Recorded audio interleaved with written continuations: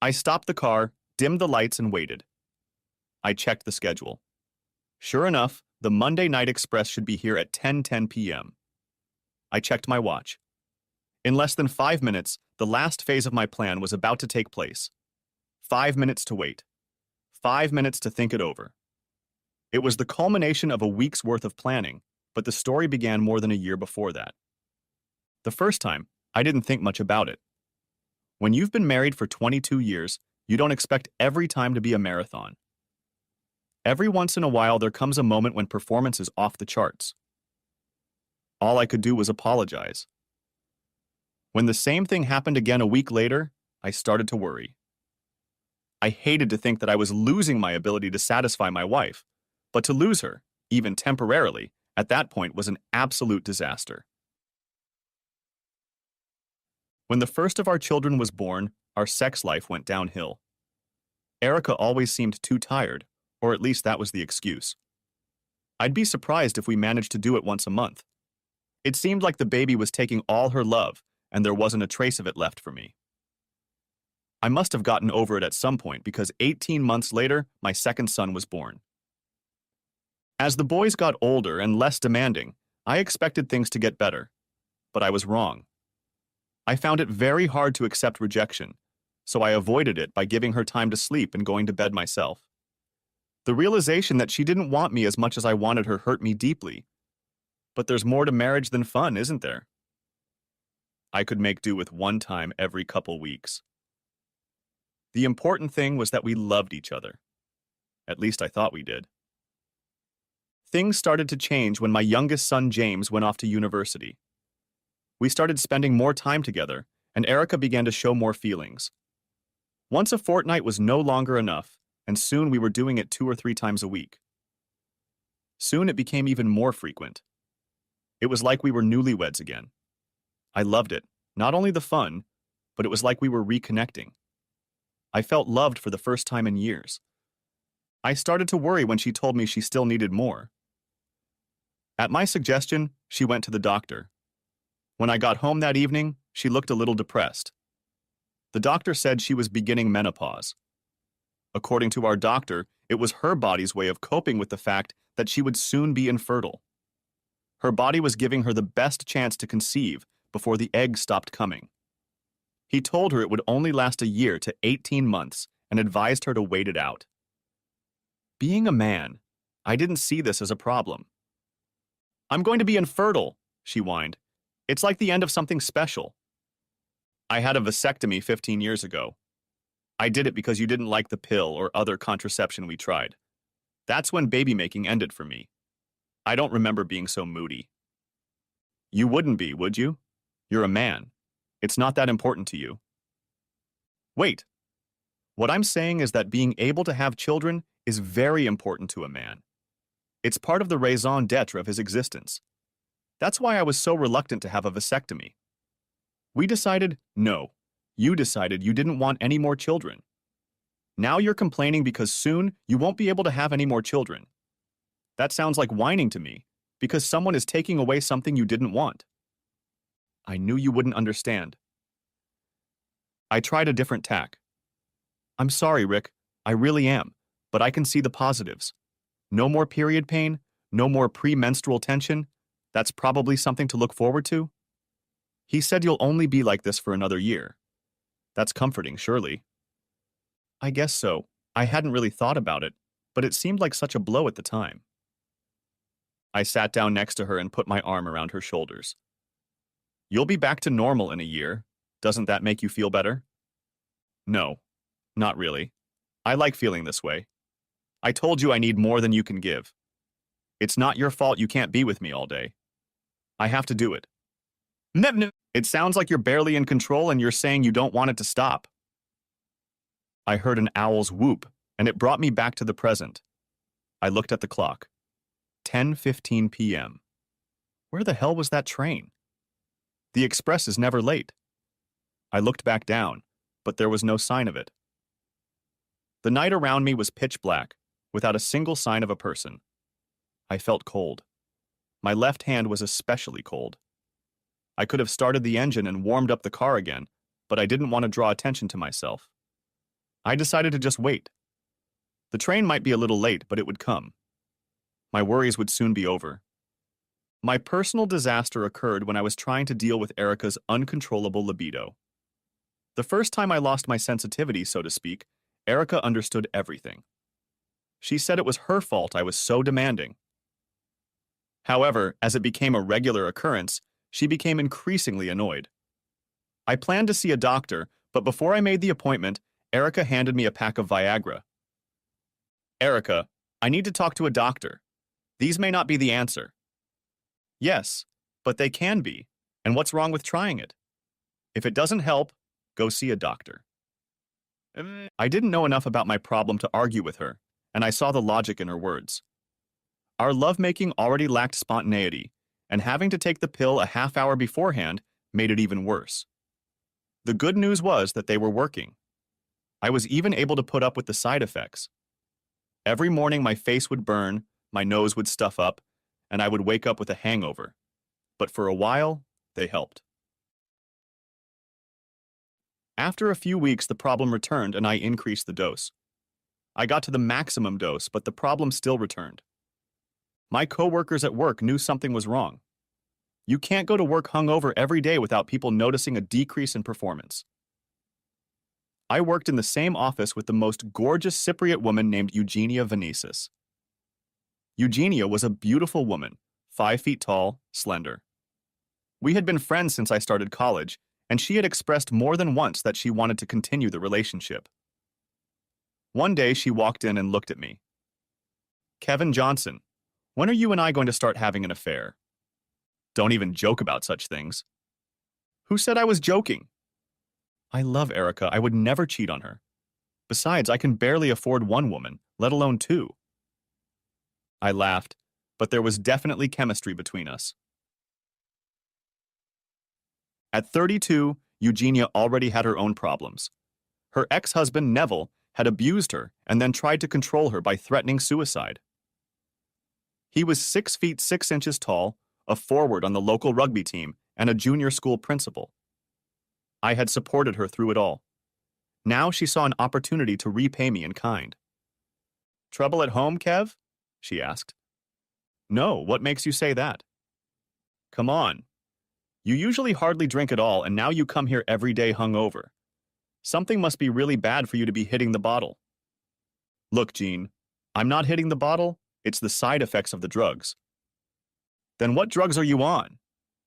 I had to tell her the whole story. She was horrified. She prescribed you Viagra? Have you been to a doctor? You could have a heart condition, Kevin. She could kill you. You need to stop taking them until you see a doctor. I can stop. They don't help anymore. Eugenia hugged me tightly and made me promise to make sure I got checked out. Things were getting worse and worse at home. I need a man, Kevin. I made a doctor's appointment the next day, but on Friday, the earliest I could make it was the following Tuesday. Erica wouldn't wait that long. That evening, I waited until she went to bed and soon followed her. I was surprised to see the light on in the other room. I was even more surprised when I walked past the door and saw Erica climbing into the empty bed. What's going on? Why are you sleeping here? You can't do anything for me that I can't do myself. Honestly, you're just in the way. At least this way, I don't have to put up with your snoring. I went to bed alone, feeling as low as it was even possible for a man to feel. I was a failure, unable to fulfill the most basic function of a man, lying in bed alone. I tried unsuccessfully to sleep. Around 3 in the morning, with her words still echoing in my head, I saw how it really was. She had told me she needed a man, and now she was pulling away from me. Was it possible that someone else was holding her, or maybe providing everything else that I couldn't?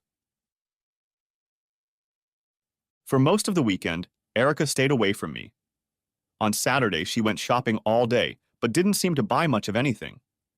On Sunday, she went to church and didn't return until the evening. I should have talked to her, but I wasn't sure I wanted to know where she had been. Plus, I was very tired. I was sure she had found a replacement, and if I needed any more confirmation, it came Monday night when I found Erica packing her suitcase. Where are you going, Rick? I'm sorry, Kevin, but things aren't working out anymore. I need more than you can give me, which isn't much. Don't do that, Erica. The problem is probably temporary. Things will be back to normal soon. I know it's temporary, but even when it's over, I'll still need the entertainment sometimes. I was talking about my problem, not yours. Many men suffer from erectile dysfunction at one time or another. It's often temporary. She stopped packing for a moment and hugged me. I hope so, Kevin, I really do. I know you love me, and I hate to do this to you, but he's younger and so solid. He takes me places you could never go. It's not your fault. I just need him now. Soon it will be over. My libido will calm down, or he'll get tired of me, and we can get back to normal. We're not in love or anything. She let go of me and went back to her stuff. I left her there and went downstairs. It took a little over half an hour before she appeared at the top of the stairs with 2 large suitcases, an overnight bag, and a large valise. She started down with the smallest bag and saw me watching her. It won't hurt you to help me. Erica, I will do nothing to help you leave this house. If you leave, it will be on your own. She walked down the stairs and carried the small bag to the car. When she returned, she stared at me, hoping I would weaken, but I didn't. She showed me how heavy the bags were and how difficult it was to carry them to the car. As she carried the last bag to the front door, she stopped and looked back at me. It doesn't have to be like this, you know. It's not like it's forever. Can't you just be glad I found someone to take a load off you? Please don't do this, Erica. We can get through this. We both know you're not doing this for me. If you stay, we still have a chance. But if you leave now, you're not coming back.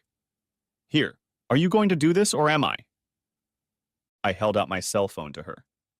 She looked at the screen and saw her cell phone number pop up. What the hell are you talking about right now? Deleting you from my phone and from my life. Are you going to do it or am I? Oh, stop being so melodramatic, Kevin. She was already starting to yell. Of course I'll come back. I just need a real man right now, not a lame excuse. She stopped halfway through, realizing what she had said. I'm sorry, Kev.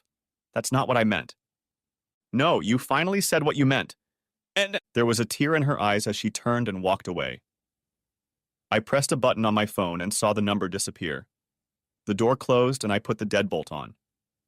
That night I experienced the full range of emotions. At first I was angry. How could she do this to me?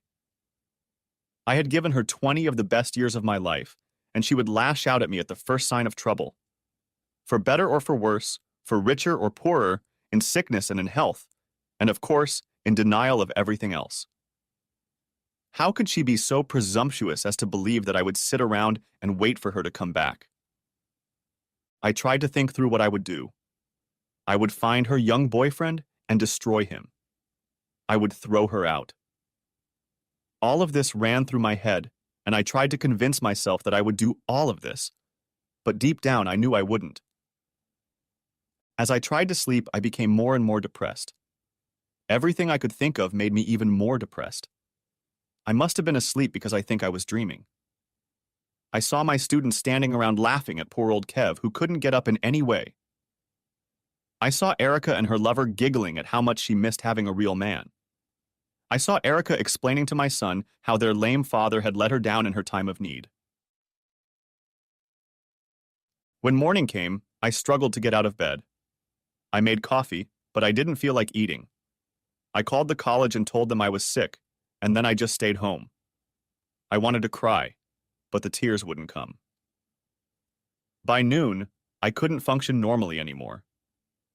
I was brought back to the real world by the ringing of my phone, which I couldn't find in any way. After throwing all the pillows off the couch, I found Erica's phone. It was the first thing that spurred me on. I picked it up and made my way to the bathroom and lowered myself into the toilet. I knew I had to protect myself and my sons. I thought I could trust Erica, but I didn't even know who her lover was, so I needed to protect my finances. Obviously, I needed to go to the bank. The people at the bank were surprisingly helpful. On their advice, I opened a checking account in my name and deposited enough money to cover my expenses for a month. I then withdrew my name from the joint checking account we had always used. I emptied our savings account. Erica and her boyfriend were perfectly capable of having a good time, but they wouldn't do it with my money. Back home, I called the insurance company that handled my life insurance. It surprised me how easy it was to change the beneficiary from Erica to equal shares for my sons. The next day, I went back to work. Between lectures, I stopped by the HR department and arranged to have my paycheck deposited into my new account. I did the same thing with the college insurance as I had done with the life insurance policy. On Friday, I was able to meet with an attorney to change my will. That's what led me to waiting for the train on Monday night. I had no idea why I was so cold, and that damn heartburn was killing me. I had just checked my watch again when it happened. I heard a bell ring, red lights flashed, and the barrier came down behind me. I turned to look at the track to see the train coming around the corner. It would soon be over. My suffering was almost over. Something was wrong. The train was moving much slower than usual. Moreover, it seemed to be getting slower and slower.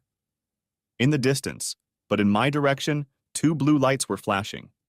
The heartburn increased significantly, and I clutched at my chest. Suddenly, the flashing blue lights appeared in the rearview mirror. A police car had stopped on the other side of the barrier. I wanted to start the engine and drive away, but I couldn't get my hand off my chest. 2 policemen approached the car. One tapped on the window, but I didn't move. The heartburn was getting worse. The policeman asked if I was okay, but I could only stare at him. Unable to keep my eyes open, I slipped into unconsciousness as the policeman continued to talk. I remember nurses fussing around me, machines beeping, doctors poking and probing as I drifted in and out of consciousness. Soft lips caressed my forehead. A soft hand held me, but then I was gone again. Bright sunlight streamed through the blinds, beckoning me back to the world of the living. My eyelids fluttered open, and I looked up at the blurry world. I began to focus, and soon made out the television screen above my bed and the magnolia walls of the room. Someone was next to me, and I began to look around. The nurses were busy in their seats. I turned the other way, and there she was. "Welcome back," she said. "You had us worried for a while." I looked at her beautiful face. There was so much love in her big brown eyes. "Eugenia, what are you doing here?" "Well, someone had to be here. James is coming this weekend. Peter asked me to keep him posted, and he's coming as soon as he can. It's a long way from Durham." "But how did you find out?" "I got a call from the hospital. My number was the only female number on your phone, so they assumed I was your wife. When they called, I thought it was about my ex-husband. Once I knew it was you, I had to come over." "How long have I been here?" 2 days. I've been here between classes and lectures. The college has been very good about it. They can't wait for you to get back, and some of your students want to join you when you're in uniform." "Erica?" "I don't think she even knows.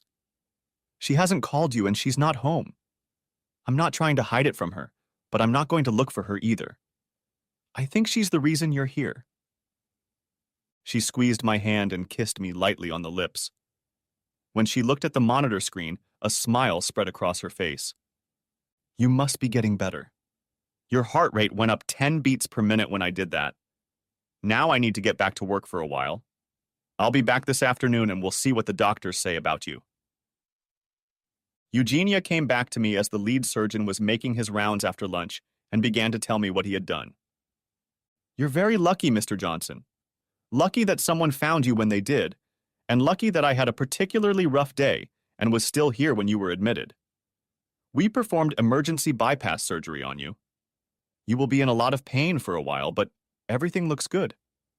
I'm surprised at how things turned out so well. You didn't have any symptoms? You must have been in a lot of pain." "Not really, Doc. I've been having a lot of indigestion lately, heartburn, but I didn't think anything of it. At my age, you kind of expect it. I've developed shortness of breath and constant fatigue, but I put it down to a sedentary lifestyle." The doctor just shook his head.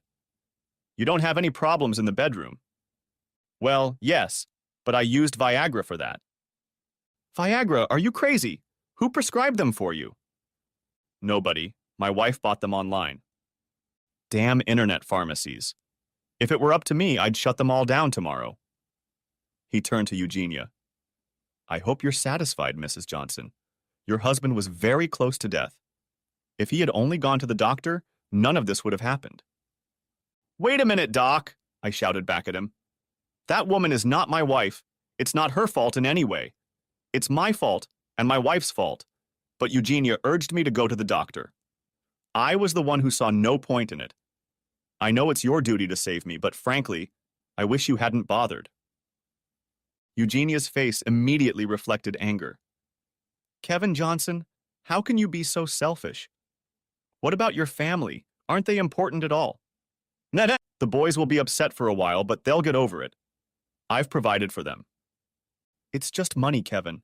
They don't need money, they need you. What about their children growing up without a grandfather? What about me?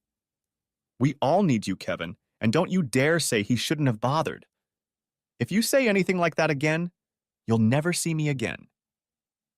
She asked the doctor to speak to her alone. He looked at me for confirmation. Sure, Doc. Go ahead. You'll probably get more use out of her than I am right now, and as for my wife, you'll have to find her first. Eugenia put her hand on his arm and left with him for the room. When she returned, the anger in her eyes was still readable. She left you, didn't she? Is that really reason enough to want to die? I call that a reason to rejoice. You don't know why she left. I can't do it anymore, even with Viagra. I can't fulfill the basic functions of a man. I don't blame her for leaving. I do blame her. She left a sick man. Even if she didn't know about your heart condition, she was well aware of what ED was and what it was doing to you. All she did was escalate the situation and make it worse. And now she has gone out of her way to satisfy her selfish desires. Don't defend her to me, Kevin. I'm not ready to listen. Maybe you are, but the fact remains that I'm of no use to you now. You can't say that. You'll probably be fine when they deal with you. Most women need more than that anyway. She sat next to the bed and held my hand as she told me about everything that had happened at work. She was still there when the police arrived to talk to me. I made it clear that I wanted her to stay while I talked to them. They asked why I had stopped on the railroad tracks. I didn't know where I stopped the officer. Something went drastically wrong and I pulled over before I had an accident. I see, sir. So can you tell me why you turned off the lights? No, I can't. I guess it was habit, I guess. You know, you stop the car, turn off the engine, and turn off the headlights. You realize, of course, sir, that we have to report this to the licensing authority. You'll need a doctor's note before you can drive again. I completely understand, officer. I guess I was very lucky. Please pass on my thanks to the guys who found me. All right, sir, we will. Now we'd better let you get some rest. They turned to leave when I remembered that there was something I needed to know. Oh, officers, can you tell me what happened to my car? It's at the police station, sir. You'll need to pay the cost of recovery, and you can have it back. Now, if that's all, we'll leave you alone. I turned to look at Eugenia. Her hands covered her eyes, and I could hear her sobbing. She pulled away when I reached for her. You were really going to do it, weren't you?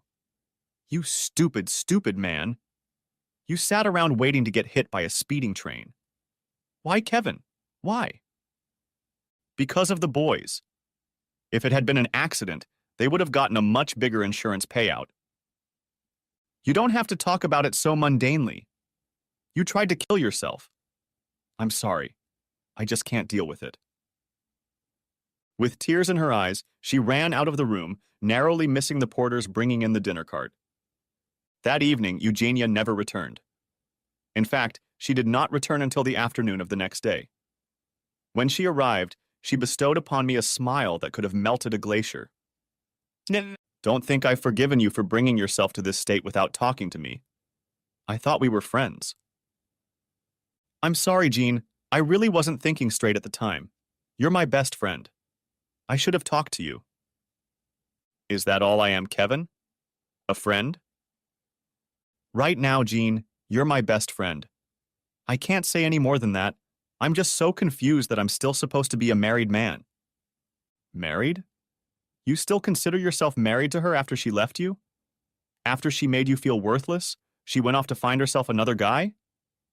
I'll tell you what, Kevin Johnson, there's a lot more to being a man than that.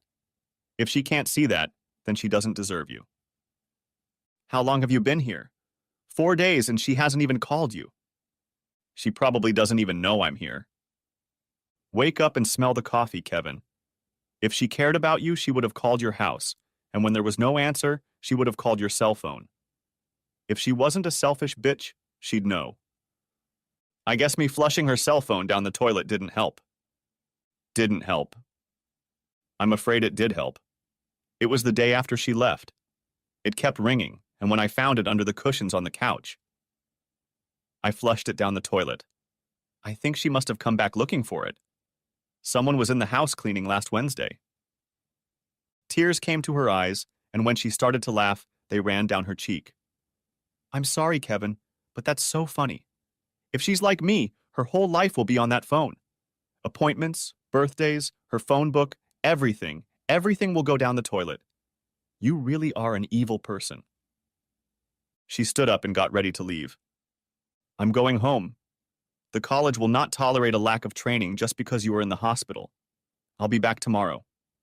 Think about what I said. I watched her walk away in her high heels. The guy on the bed next to mine looked at me. If my wife wiggled her ass like that, I'd have a heart attack too, buddy. No wonder you're here. She's not my wife, just a friend. Pull the other leg, it's got bells on it. If she's just a friend, I'm a monkey's uncle. I've seen the way she looks at you. I wish she would look at me like that. Trust someone who's been there. She wants to be more than a friend, and if you don't do anything about it, you'll end up an even bigger fool than I thought. I thought about Eugenia. I definitely found her attractive, as most men did. I liked her as a person. She was fun, a little testy at times, but always funny.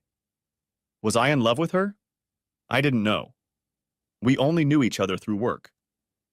There was a time when I helped her deal with her ex-husband, but that was 2 years ago. That was when I came closest to being a part of her personal life. Now it seemed she wanted to be a part of mine. The next day, my son Peter came over to see me. He looked more than upset. What's going on, Dad? Where's Mom? I got no answer when I called home and her cell phone went straight to voicemail. I don't know where she is. She didn't say where she was going. She just left. You mean she left you? What did you do? I told him pretty much the whole story, omitting the moment when I waited on the track for the express from Exeter. He looked shocked when it all came out. Damn it, Dad. I knew you and Mom were doing it in the bedroom. I heard your conversations at night during summer vacation. I was proud of you. I thought it was great that you still loved each other so much. Peter, things aren't always what they seem. We've been estranged for a long time. I think you boys were what really kept us together. Things have started to get better in the last few months, and it's brought us back together. I was hoping for a happy life together. It all went wrong when I started having problems in the bedroom. Apparently, it was related to the illness that got me here. That's when I realized she didn't need me. She needed any man who could do the job. It was fine the whole time I was in demand, but as soon as I stopped coping, she left. I don't believe that, Dad. Did you try to talk to her? If she knew you were sick, I'm sure she'd be here. I can't talk to her. I don't know where she is. She hasn't made contact with me. Cell phones aren't allowed here because they think they interfere with the monitors. I've turned mine on a couple times, but the only missed calls are from you and David. I gradually turned the conversation over to Erica. I told him as much as I could about my condition and assured him that I would be back to normal soon. Before he left, I made him promise not to tell Erica about my illness. No, Dad, she has a right to know. You can't expect me to keep it from her. Okay, son, I'll meet you halfway. I won't ask you to lie to her. If she asks you about me, you can tell her, but only if she asks. I suppose that's fair enough. I got the impression you don't think she'll ask. No, I don't. She can't ask without saying she doesn't live with me. I think if she was going to do that, she would have done it by now. Peter stayed with me until noon, When Eugenia came in, I introduced her as a coworker. Peter threw me a questioning look but said nothing until she left us alone. Be honest with me, Dad. This woman, Eugenia, did she have anything to do with Mom leaving? No, I said firmly. She's my friend and coworker, and she's been very supportive of me. She was the one who called you and James. When they brought me here, I wasn't in any condition to tell them anything. Her number was the only female number on my phone. The hospital thought she was my wife, so they called her. She's been handling everything for me ever since. She's helped me a lot. But if you think she came between me and your mother, you're wrong. Now try to behave like the gentleman I brought you up to be.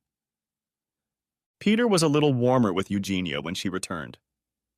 Eugenia seemed pleased with the change in his attitude.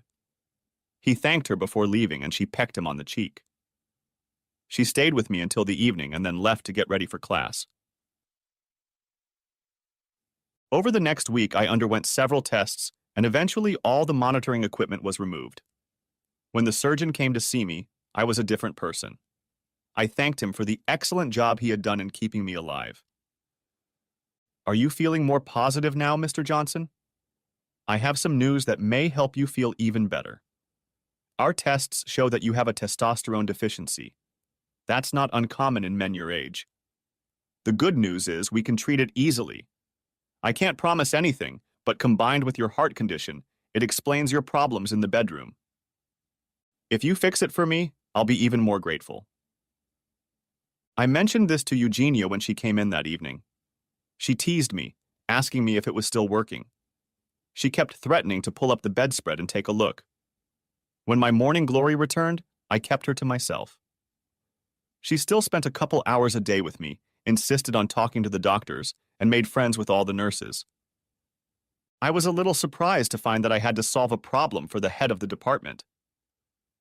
Eugenia was so popular with the nursing staff that they told her things they shouldn't have told anyone but relatives. Do you see my problem, Mr. Johnson? All the staff can see that she has your best interests at heart, but they are not supposed to tell her what they are doing without your consent. Of course, if you gave your permission, it would solve a lot of problems for me. First of all, sister, call me Kevin. Everyone else does. Now, do you need me to sign something, or will my verbal consent suffice? Oh no. There is no need for written consent if you agree to let her know everything. Well, sister, I would like you to treat Miss Venices the same way you treat my wife. Would that solve your problem? Yes, it would indeed, thank you. I was there for 10 days and the pain from the surgery began to go away. The doctor gave me seemingly good news, but left me with the problem. I was well enough to go home, as long as there was someone there to care for me. The problem was that I had no one. I didn't know whether I should lie and go home or tell the truth and stay in the hospital. When Eugenia came to see me in the evening, I discussed the matter with her. The doctor said I could go home tomorrow after my stitches are removed. The problem is that I have to tell them that someone will look after me. I don't like to lie. Then don't lie. But that means... She reached out and put a finger to my lips before asking a question many men would give their teeth to hear. Kevin, how would you feel about me moving in with you for a while? Jean, you know I'm not supposed to exert myself, right? She slapped my arm. Of course I know, that's why I asked. The doctor said you can go home, but only if there's someone there to look after you. I want to be that someone if you'll let me. Can you handle all that healthy Mediterranean food and me waiting for you? I laughed. Well, if it means you get out of here, I'm sure I can handle it. Good, because if everything is okay, tomorrow the stitches will come out and I'll take you home. I reached out and took her hand. Jean, the other day you asked me if you were just a friend to me. You are a friend, a very good friend, but you mean more to me than that. Right now, I'm still a little confused. The last 2 weeks have been pretty hard on me. I've been a husband for too long to think about relationships with other women. If you're willing to put up with the fact that this old man might fall in love with his nurse, I'd be very happy to have you as my nurse. She gave me a sly smirk. You're just trying to get me to wear a uniform. Give me the keys to the house. If you're going home tomorrow, I need to get ready and buy a nurse's uniform. She held out her hand as I rummaged through my locker and finally pulled out my house keys. Now you just be good and I'll pick you up tomorrow afternoon. The next morning, I got out of bed and was fully dressed before breakfast. I shaved and generally tried to look as dressed up and trim as possible. The nurses were impressed and all left comments. Before the doctor's rounds, I had another electrocardiogram, which the doctor studied before turning his attention to me. He looked at my scar and listened to my chest before giving me the good news. So, Mr. Johnson, are we still positive? Absolutely, Doc. I'm looking forward to coming home. I'm told there's someone at home to look after you, so I think we can discharge you today. I should instill in you that you should take it easy for the next 2 weeks. After that, we'll start doing some gentle exercises, and then we'll move on to a fitness regimen in a couple months. He shook my hand and wished me well. Come on, Mr. Johnson, the nurse is here to take you home. The ride home was amusing, to say the least. We sat on the couch and watched TV. When it was time to go to bed, she helped me up the stairs. When we got to my bedroom, she said, "Good night." Oh, and Jean, thank you for being so. Like this. Go to bed, Mr. Johnson, before the nurse decides she knows better. As the sun began to creep into my bedroom, I felt some movement on the bed next to me. I opened my eyes, looked up, and saw a woman sitting on the bed next to me. When I was fully awake, I realized that Eugenia was sitting next to me. Good morning, sleepyhead. Time to wake up and smell the coffee. To make it easier, I made it, so sit down and enjoy it. I rose to a sitting position and took the cup of coffee she offered. One of the things I really missed in the hospital was a good cup of coffee. This is actually really good. I was half expecting Greek coffee, full of sugar and dirt on the bottom. I've worked with you for 6 years now. I think I know what kind of coffee you like. She set her cup down and turned to me.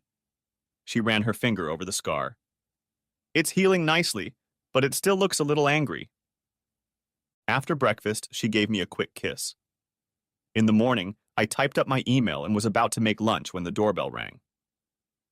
I opened the door and saw Alan and Daniel, 2 of my best students, standing on the doorstep holding 2 pizza boxes. "Pizza delivery!"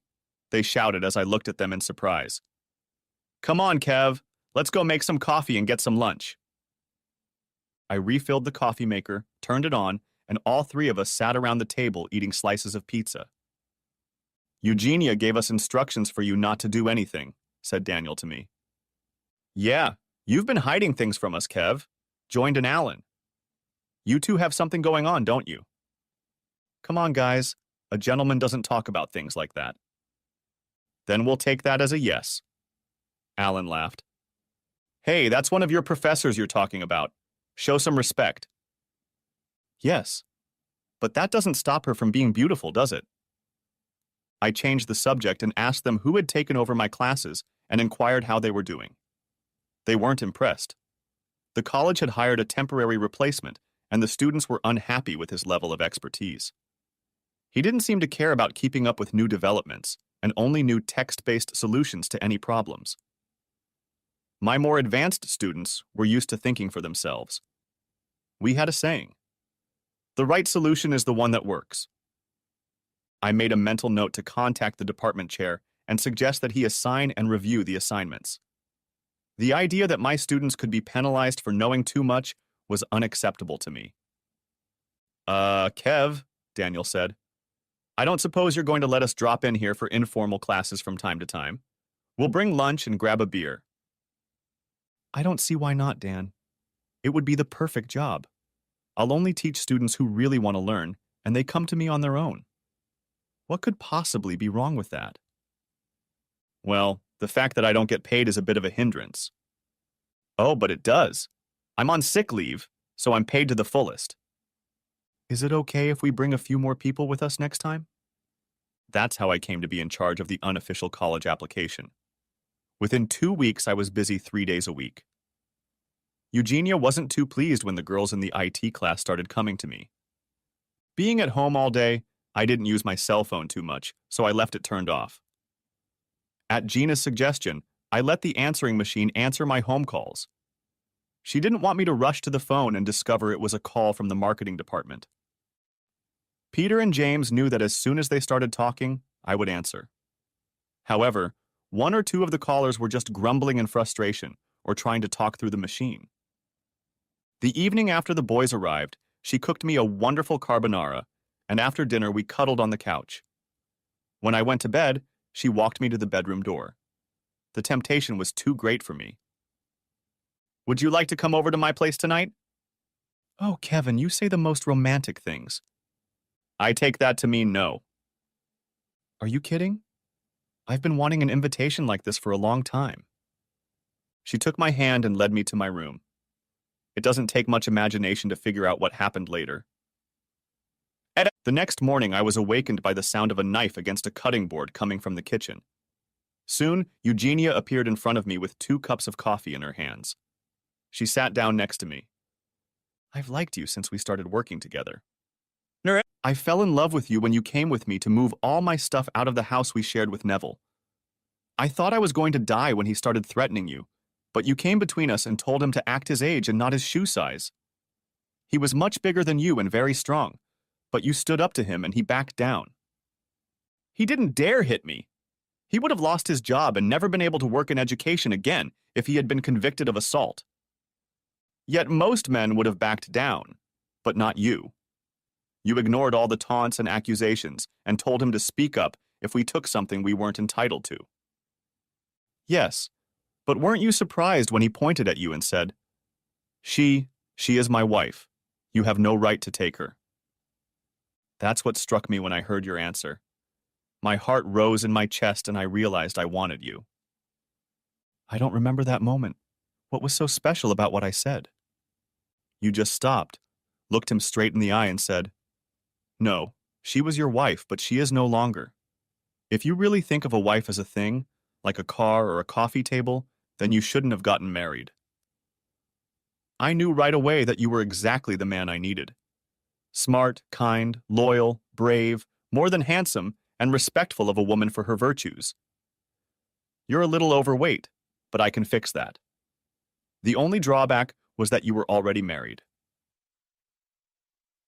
We went down to breakfast and I found out what this was all about. Eugenia had made a fresh fruit salad with Greek yogurt. I looked at it with some surprise. She realized I wasn't used to starting the day this way. "I told you this was going to be a healthy meal now. Don't worry, eggs and bacon won't be completely off the menu, but we'll work on changing your diet." That's fine with me, but don't expect me to start liking cornflakes. Then write me a list of what you don't like, and I'll plan meals with that in mind. We sat and enjoyed our breakfast. When I added a slice of toast, it turned out really good. As we drank our coffee, I went back to the conversation we had in bed. "So if Erica hadn't left me, would you still be waiting?" "I guess so. I knew things weren't okay at home. You never said anything, but all those conversations we had told me that you weren't getting what you wanted out of your marriage. It was only a matter of time before the cracks spread in all directions. And all this time I had no idea. Why would you? I didn't run after you or do anything like that." She stood up and put the dishes away. "Well, one of us has to go to work, so I better get going." I reached out and took her hand and kissed it. "Thank you, Jean. Thank you for everything." She smiled at me, kissed me, and left. And when it was time to go back for her checkup, she took the day off and came with me. I went through a battery of tests, including the mandatory EKG. They put me on the treadmill for 10 minutes and then ran all the tests again. And all this before I even met with a counselor. When I did get to see him, he held out his hand to me and I shook it. "Everything going well, Mr. Johnson?" "Yes, thank you, Doc." "And no more pain?" "No, everything's great. I feel better than I have in a long time." "What about the other little problem? Any improvement?" "The problems in the bedroom seem to be behind me." "Well, I'm very glad to hear that. Your test results look very encouraging. We can leave it another 2 months before I see you again. In the meantime, I've made an appointment for you to see a physical therapist. They will work out an exercise regimen for you. We need to make sure we don't see you again for a while." I was relieved when the physiotherapists didn't advise me to go to the gym. I couldn't stand all those competitive muscle flexing exercises. A rather nice lady suggested I start with brisk walking every day. Bicycling and swimming were also recommended. I could see that Eugenia was itching to ask a question. When she did ask it, she managed to confuse both me and the physical therapist. "What about sex?" she asked. The poor girl's face turned bright red and she coughed. "Well, it's good exercise," she said, regaining her composure. "As long as it gets your heart going for 5 minutes or more. Leave it to me. I'll make his heart work." The girl smiled at her. "Yes, I'm sure of it." On the way out of the hospital, Eugenia put her arm around my waist and pulled me to her. "See," she said, "I'm going to be so good for you." The weeks that followed my trip to the hospital were some of the happiest of my life. Eugenia picked up my car from the police station, and after receiving a letter from my doctor, I got my license back. Getting my car back was more of a consolation, as I started leaving it in the garage much more often than before. I'm not sure exactly when it happened, but within a few weeks I started looking at my watch, waiting for Eugenia to come home. In the evenings, we would go out for a walk instead of sitting in front of the TV. On Saturday mornings, we went swimming. It was one of the exercises I always enjoyed. Erica always hated swimming. She was afraid her head would go under the water. I stopped going because, as with many things, it's not much fun alone. Eugenia was the complete opposite. She wasn't afraid of anything. She loved being in the water and couldn't wait to splash me when I came up. "See, I told you. I told you I would make you love me." She was right. She had really gotten through to me. I realized why I couldn't wait for her to come home. I felt better than I had in years. Her smile warmed me. It had been so long that I had forgotten what it was to be in love. But in the pool that Saturday morning, I realized that I was. With my new love, my personal college to keep me busy, and a new level of personal fitness, I was on top of the world. The boys would soon be coming home for the summer, and I was busy getting the house ready for their arrival. Friday afternoon, I was busy decorating. I had just finished applying gloss paint to the wood trim when I heard someone trying to open the front door. I got up, dipped my brush in white spirit, and went back to the door. She started cursing when I opened the door. "Hey, Rick, what brings you here?" "I live here, but what are you doing home?" "I'm on sick leave, and to correct your statement. No, you don't live here. You used to live here before. You left, remember? In search of greener pastures or harder penises, didn't you?" "If you're going to be rude, I'll come back later and let you in." "You won't do that with those keys. I changed the locks." "You did what? Why did you do that?" "I told you I'd be back." "And I told you that if you walked out the door, you wouldn't come back. I think that was easy enough to understand." "Kevin, please, can we go inside and talk about this?" I opened the door wide and she picked up her suitcase. I started to close the door. "The suitcase will stay there. You can go in, but you can't go back in." As she walked in, tears came to her eyes. We walked to the dining room, and I motioned for her to sit down. When I sat down, the coffee maker was already gurgling. "So, Erica, what did you want?" "I came home. The doctor was right. My libido is starting to decline, and now I can cope." "That should be comforting to whoever you get together with." Tears began to flow and black mascara ran down her cheeks. I realized for the first time that she had put a lot of effort into looking good for this meeting. I poured coffee, brought her a cup, and sat down across from her again. She wiped her eyes with a napkin. "Why are you doing this, Kevin? It's not like you. I hurt you, and I deeply regret it. If I had reasoned straight, I would never have done it, but my hormones were in control. I love you. I know you love me. Can't we just work on putting this behind us?" "You're wrong on both counts. You don't love me. Maybe you did once, but not for long. As for my love for you, I loved you, I really did." I unbuttoned my shirt, exposing the scar on my chest. They opened my heart, and all my love for you poured out. She brought her hand up to her mouth. What happened? Why didn't anyone tell me about this?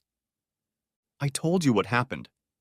They opened my heart, brought me back from the brink. I'm sure the hospital wanted to call you, but we had no idea where you were.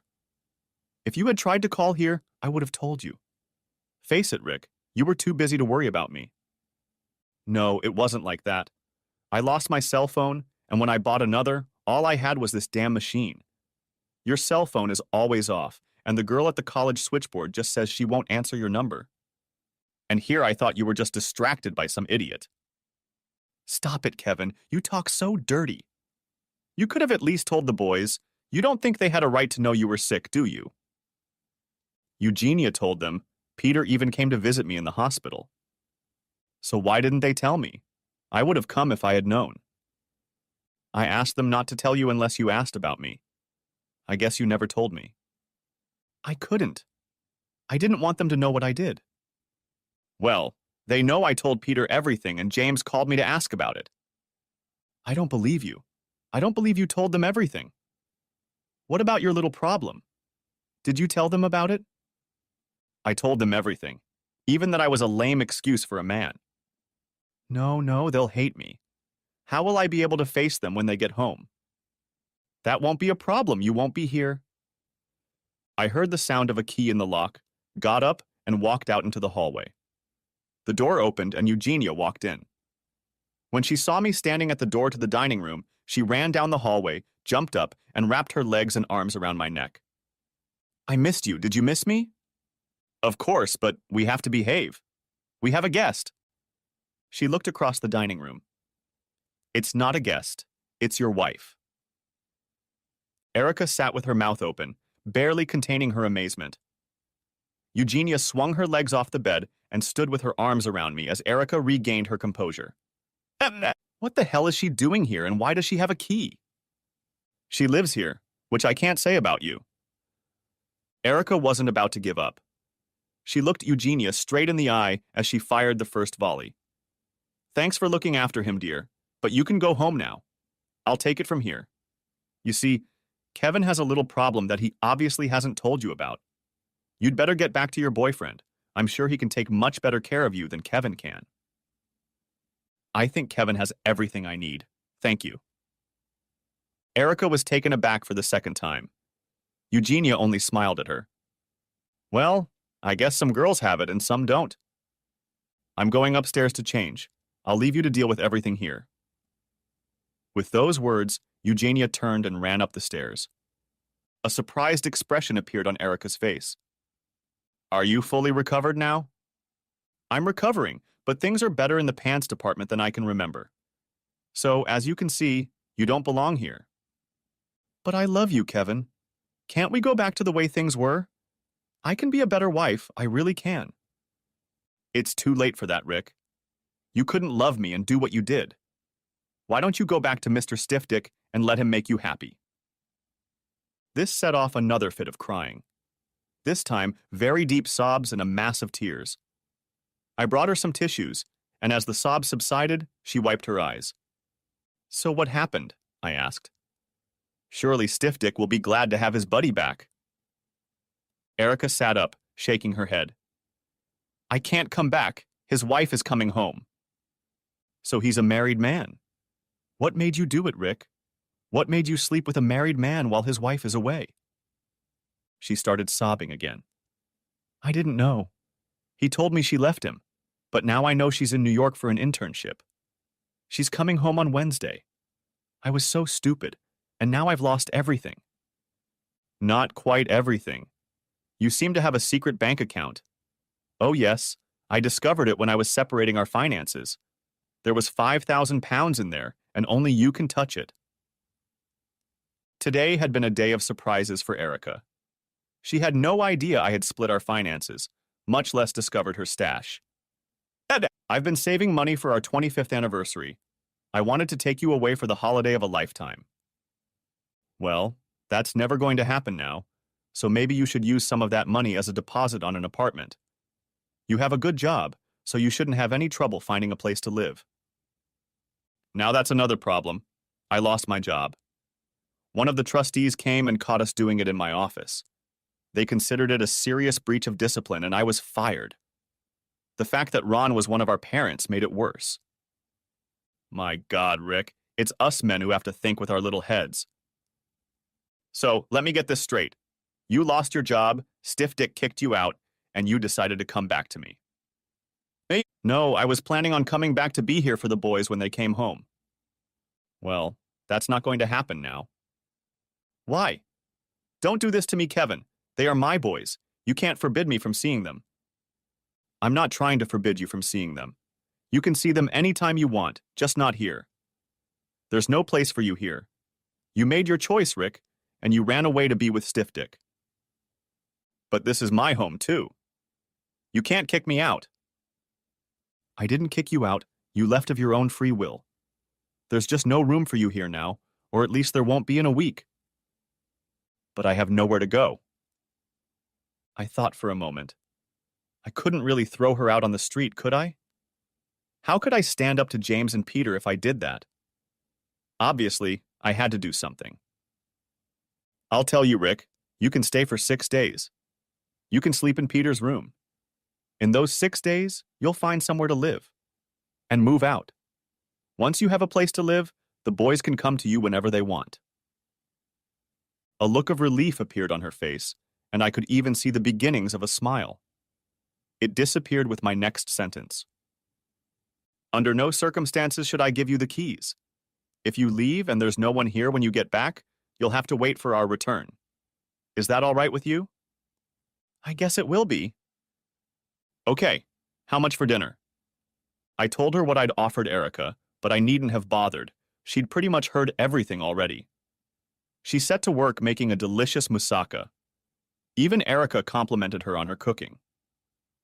After dinner, I took Erica's bag to Peter's room and left her to unpack. When our normal routine broke, Eugenia and I settled down on the couch and watched TV. Erica went downstairs, but after a while decided to go to her room. As soon as she left, Eugenia whispered in my ear, "I have something special for tonight." And what would that be?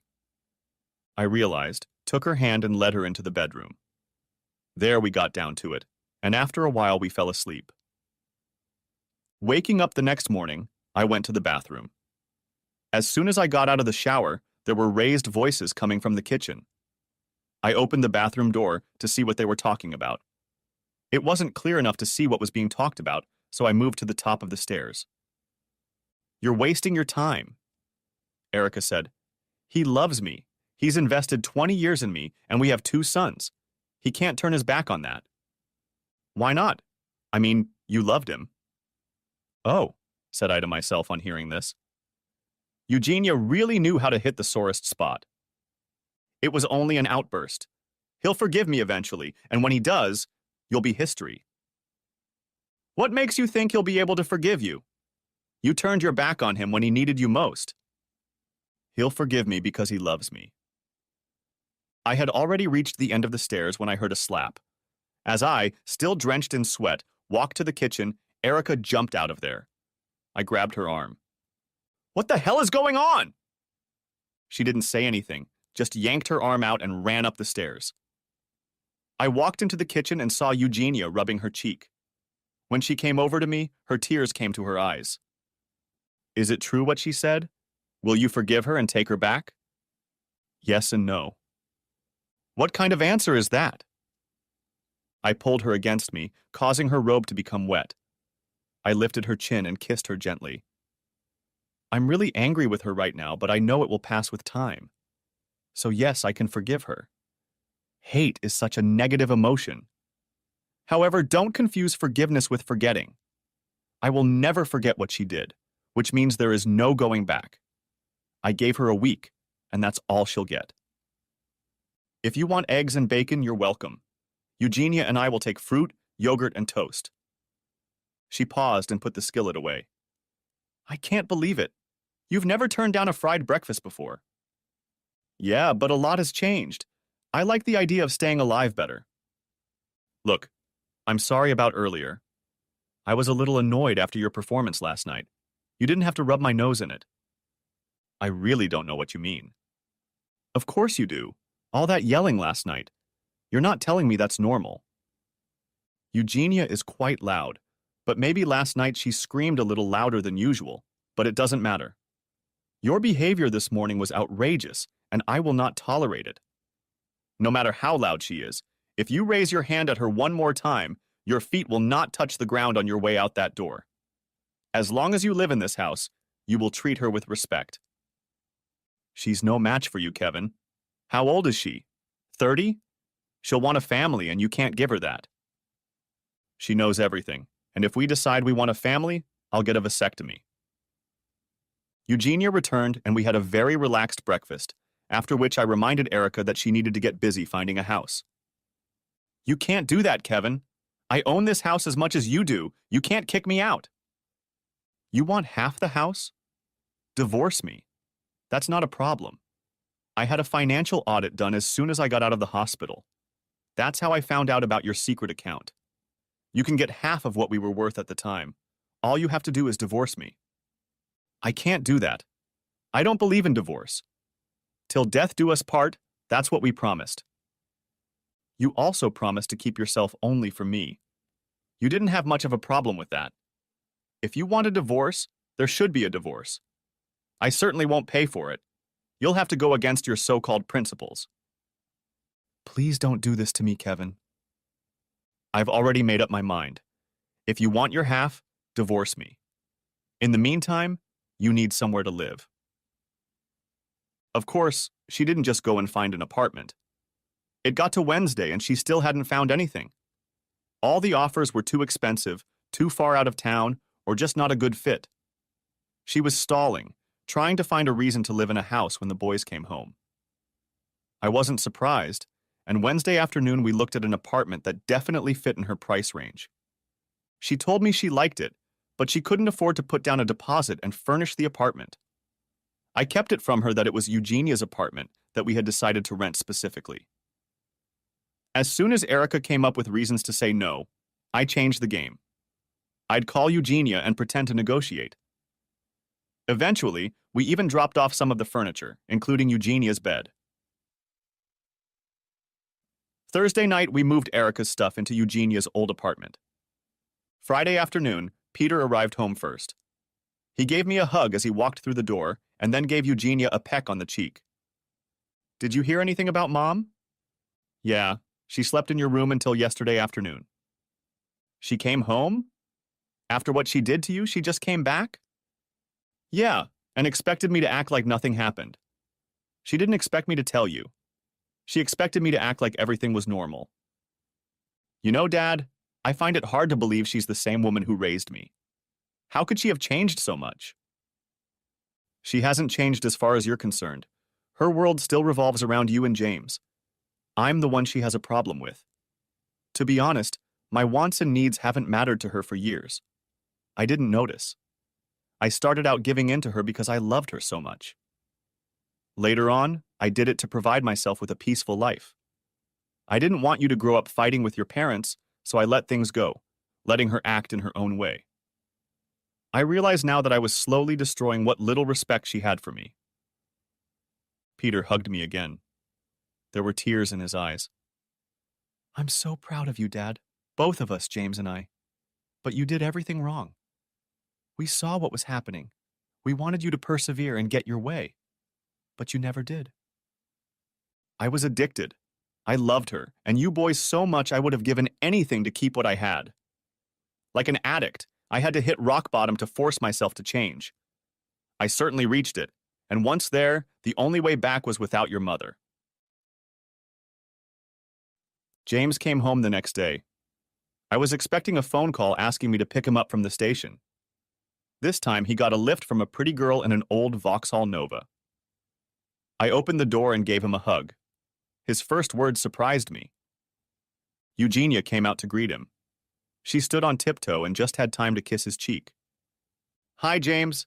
It's so nice to finally meet you. James took a step back from her. So you must be the Greek whore my mom told me about. James, I shouted. You seem to have forgotten your manners. I suggest you go back and get some. He turned to me and a smile slowly spread across his face. Sorry, Dad. Mom called me last night and told me you kicked her out and replaced her with some Greek whore. According to her, your heart attack is something and nothing. Definitely not something to worry about. I couldn't resist making a little fun of it. He put his arm around Eugenia and kissed her cheek. Hello, Eugenia. It's a pleasure to finally meet you. Thank you so much for taking care of my father. He looked back at me and studied my face. That wasn't funny, was it? I'm sorry, Dad. No.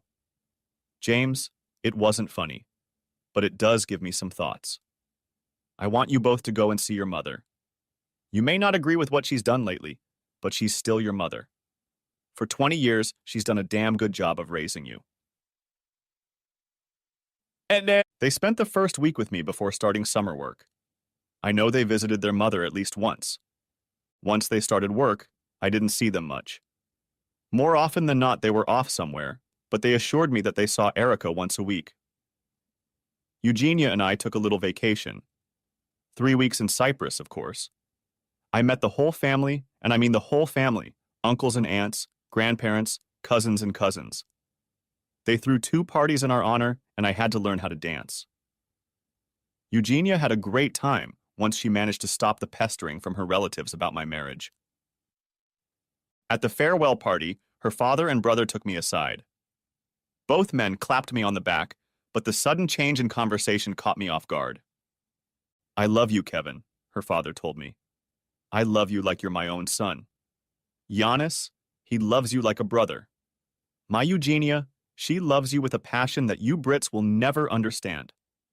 But I tell you this, if you hurt my girl, I will kill you. That's right, Giannis, isn't it? Giannis nodded his head. Oh yes, we will kill you, but not now. What about Neville? I asked. He hurt her. I'll tell you this, if he ever comes to Cyprus, we'll kill him, her father said. My brother works in airport security. If he comes here, I will be informed. Giannis agreed. If we go to England, we'll find him and kill him. He clapped me on the back again. We don't talk about it anymore. Now we dance. Go, go. The bouzouki band started playing a tune I only know as Zorba in Greek, and we went back to the dance floor. With our arms around each other's shoulders, we danced.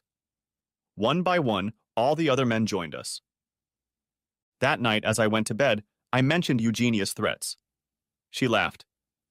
He doesn't really mean he's going to kill you. That's a figure of speech we have. When a Cypriot says he's going to kill you, it means he's very angry with you. If everyone who said that killed someone, we wouldn't have anyone left alive. That comforted me a little, but I was still relieved when we got on the plane and flew home. When classes began in September, the doctors declared me fit for work. Eugenia and I appearing together was perplexing, but other than that, nothing much had changed. In October, Peter and James returned to the university. The house became quiet except for the noise of our lovemaking. Throughout the summer vacation, Erica had barely left my mind, so I was surprised when she called me. What's the problem, Erica? I asked. No problem. I wanted to talk to you for a while. I found a job. That's good news. What are you going to do? The same thing I used to do, run a daycare center. So what do you need from me? Do you need a recommendation or something else? No, Kevin, nothing like that. The job in Taunton. I'm going to move in with my sister until I get back on my feet. I was wondering if you could give me a ride to the station. Are you sure you don't want to take a cab? I'll pay if you're a little short. No. Really, I'd like you to drive me if you can. It will give us a chance to talk one last time. All right, when? I can Tuesday morning or Thursday afternoon. Okay, I'll do Tuesday morning. Thanks, Kevin. Eugenia was sure that Erica had an ulterior motive. I wanted her out of my life. I hoped she wanted to talk about the divorce, but maybe that was too much to hope for. The weekend flew by, and in the blink of an eye it was Tuesday morning, and I was already parked outside Erica's apartment. She came out to meet me and invited me to come in for a cup of coffee. We sat for a while before she started talking. I've been a selfish bitch, haven't I? You're not going to get a rebuttal from me about that. It's all the same, Kevin. Don't sugarcoat the situation. Just tell me straight. Well, you did ask. Yes, I did. Tell me, Kevin, are you happy? Does she make you happy? Yes. She really cares about what I want. We don't fight for control all the time. Is that how you envisioned our relationship? Not at the time, no, but lying in the hospital, I had a lot of time to think about it, so yes, that's how I see it now. Why? Is it not like that? I didn't understand at the time, but I do now. I've always loved you, Kev, but somewhere along the line I lost respect for you. Every time there was a conflict, you backed down. I complained about your music, you stopped playing it. I refused to go to bike hangouts with you, you stopped going. Come on, Rick, you didn't just complain about my music. You walked into the room and turned it off. When I argued about it, you'd start, "What's that awful noise? The neighbors will think you're killing me." You jumped all over me. I didn't want the boys to see us fighting, so I gave up. It didn't seem like such a big deal. When it comes to bike racing, you realize it was more than just your reluctance to ride. I remember all the emotional blackmail, the stories about how boys need shoes, while I was having fun attending race meetings. You told me I was always too busy to spend time at home, but could carve out a weekend to go to the races. I worked long hours to give you what you said you needed. I stopped going to races because honestly, the choice was between that and giving up my family, and I couldn't bear the thought of losing my boys. Looking back, I wish I had given up something you didn't like. Along with everything I gave up, a piece of Kevin Johnson died. I wasn't me anymore. I was just your husband who did whatever you wanted. I actually liked being at work. At least there I felt important. My coworkers respected me. My students looked up to me, and 20-something girls flirted with me. At home, I was completely under your control, but that didn't change anything. In fact, it got worse, even when you kept getting your way. I watched the tears roll down her face. She was silent for a while. Then she wiped her eyes and looked at me. I'm sorry, Kevin. I can't tell you why I did what I did. Probably because of Mom and Dad. They've always had a tumultuous relationship. I guess I thought it was normal. My mom would provoke my dad. They'd fight and then make up a couple days later. When I provoked you, you just kept quiet and kept it to yourself. I started to see you as some kind of weakling. Even my father fought back more often than you did. As I recall, he abandoned your mother when you were 12. Didn't that teach you anything? If that's your idea of what marriage should be, I wish you had told me that from the beginning. We could have both avoided a lot of heartache. I'll tell you, Rick, that the moment your attraction went crazy, I was ready to give up everything. If we made love once a month, that would be unusual, and that's only if you had a drink or two. You didn't even like me touching you. Do you have any idea what constant rejection does to a man? We were so far apart, and I could see it was getting worse, but I supported you. I thought that when we were alone, things would either get better or we'd have to break up. That all changed when you suddenly became affectionate again. I really thought there was hope for us. I soon found out it was all about you again. You wanted entertainment, and I was just the most convenient source. She sobbed again, and I sat in silence as she picked herself up again. Eventually, she managed to get a few words out. I'm sorry, Kevin. I really am. I didn't realize how bad it was until I remembered how I treated you. When things started going wrong for you, I should have made sure you saw a doctor. I was too consumed with my own needs to realize what that meant for you. I was looking for instant relief and gave you Viagra. My God, I could have killed you. I don't blame you for being mad at me. The things I did and said to you were unforgivable. I don't know what came over me. I really thought I could do whatever I wanted, and you would just accept it. I looked at my watch. What time is your train? Shouldn't we be moving out? The express from Exeter arrives at the station at 11:15. I need to be there by then. I'll get my bag and we'll be on our way. I carried her bag to the car. She seemed a little light to me. As I passed her car, another question visited me. Why are you taking the train? Why don't you drive and take all your stuff with you? You know I don't like traveling long distances. Besides, it's almost impossible to park in Taunton, and Julie's house is a stone's throw from the daycare center. I've offered the car to James if he wants it. If not, perhaps you can sell it for me. I nodded in agreement and got in the car.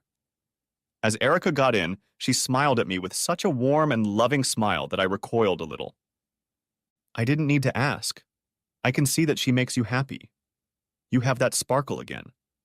That sparkle in your eyes that you had when I fell in love with you. I wondered what happened to her. I guess over the years I must have just etched it out of you. I'm glad she's back. The rush hour traffic had thinned considerably, and I got her to the station in no time. I found a spot in a short-term parking lot, and we sat in the car just looking at each other. It's really too late for us, isn't it, Kevin? Yeah, you've gone too far this time. There's no going back. Why don't you just divorce me and be done with it? She stroked my cheek. I can't do that, Kevin, my love. Until death do us part, I made a vow and I'm not going to break it again. I will always be your wife, even if you divorce me. I shook my head, getting out of the car and grabbing her bag. We walked hand in hand into the station building and onto the platform. There's no need to wait. You need to get back to work. I nodded and turned to leave, but she grabbed my arm. Tell the boys I love them. Tell them yourself Taunton isn't that far away. Stop pretending, Kevin. They only come to me because you send them. Give them time. They'll come around. She reached up to my neck, pulled my head down, and kissed me with a passion I didn't realize I had. When we broke the kiss, she whispered, I love you, Kevin Johnson, and I'm going to let you go. Now get out before I burst into tears. There was water in my eyes as I turned and walked away. You can't part with 20 years without sadness. I got in my car, and without thinking, I started the engine and drove off. Just as I parked in the college parking lot, the phone rang. It was Eugenia, and I answered it immediately. Did she leave? I think so. I left her on the platform waiting for the express to exit her. She should be on her way by now. I doubt it. The express doesn't stop at Braunston Junction and go to Taunton. Are you sure that's the train she was taking? Well, she said it was the one she was waiting for. Oh my God. What is it, Kevin? What's wrong? I can't talk right now, Jean. I have to get back to the station. I dropped the phone, started the car, and drove out of the parking lot with a squeal of tires. I'm surprised I didn't get arrested for driving on my way back to the station. I was breaking the speed limit and running red lights, anything to get to the station faster. As soon as I pulled up to the entrance, I realized I was too late. There were police cars and an ambulance in front of the entrance. I left the car in the parking lot and ran to the entrance. The mesh gate was closed and locked. A few minutes after I started banging on the gate and yelling, a police officer approached me. There has been an incident, sir. The station is closed. What kind of incident? My wife is on the platform. I'm afraid that's all I can tell you, sir. I must now ask you to leave. I had no idea what to do next, and more out of routine than anything else, went back to work. It's amazing how well you can work in a state of shock. It's like an airplane flying on automatic pilot. That's how it is for me, shutting myself off from every possible option and performing the familiar activities of the day. At 4 o'clock in the afternoon, the department chair walked into my lab. Mr. Johnson, you are expected in my office. I will cover the rest of the class and deal with the rest of your day. When I got to his office, I was not surprised to find the same police officer I had met at the station. Standing next to him was Eugenia. He asked me to sit down and told me the bad news. Witnesses claimed that some man said an affectionate goodbye to her on the platform. She looked upset after he left. As the express train roared through the station, she calmly turned and stepped off the platform into its path. She didn't stand a chance. The funeral was not lavish. James gave the eulogy. I noticed a couple in the back of the church. 2 people I didn't know. As the casket was being carried out, I approached them to thank them for coming. They tried to leave, but the door was blocked by the casket and the porters. When I held out my hand to thank them for coming, the man burst into tears, and between sobs said how sorry he was. "I'm so sorry," I said. "I know you." He continued sobbing, so his wife spoke up for him. "No, you don't know us, Mr. Johnson. My husband was on the train. He's been acting like that ever since. I told him it was a bad idea, but he said he had to come." I rushed over to the man and hugged him. Patting him on the back, I spoke to him. "It's not your fault, old boy. She just took advantage of your train to do what she wanted to do. There was nothing you could have done, nothing any of us could have done." His wife squeezed my hand. "Thank you," she said, and led her husband away. There were more tears at the graveside, some sincere, others not. Both of my sons were visibly upset. The pastor said what he had to say, though I heard nothing. We all threw our bits of earth on the casket, and one by one people left. A fine drizzle began to fall, and I was left alone, looking at the coffin. "You know, Rick, it wasn't supposed to be like this. I was supposed to be the one lying there while you stood here gloating about Stiff Dick moving into our house. For that matter, I never thought much of the train driver. I guess I was just as selfish as you were at that moment. Don't worry, I'll watch our boys. You know they love you, and I guess in a way I do too. I certainly didn't want it to end this way." I threw the last handful of dirt on the coffin and left. Eugenia was waiting for me at the churchyard gate. She held open the door of the limousine that was to take us home. James and Peter were waiting in the car. "You're going to have to be strong for these two," she said, "and I'll be strong for you." 3 weeks passed before the boys returned to the university. The colleges urged them to do the full term, but I think they wanted to get bogged down in work. I insisted that they communicate with a counselor weekly. When they were gone, I felt like I could give an outlet for my grief. As Eugenia reminded me, I had lost 22 years of my life. I had lost someone I loved and with whom I had once planned to grow old. It was normal to feel the loss. Whenever I cried, she was always there to support me. Of course, this made me love her even more, and within 3 months I asked her to marry me. Mom, Dad, and Ioannis are coming to the wedding. If I were Neville, I wouldn't get distracted. The end. Thanks for watching. I hope you enjoyed it. So subscribe to my channel and watch the next video.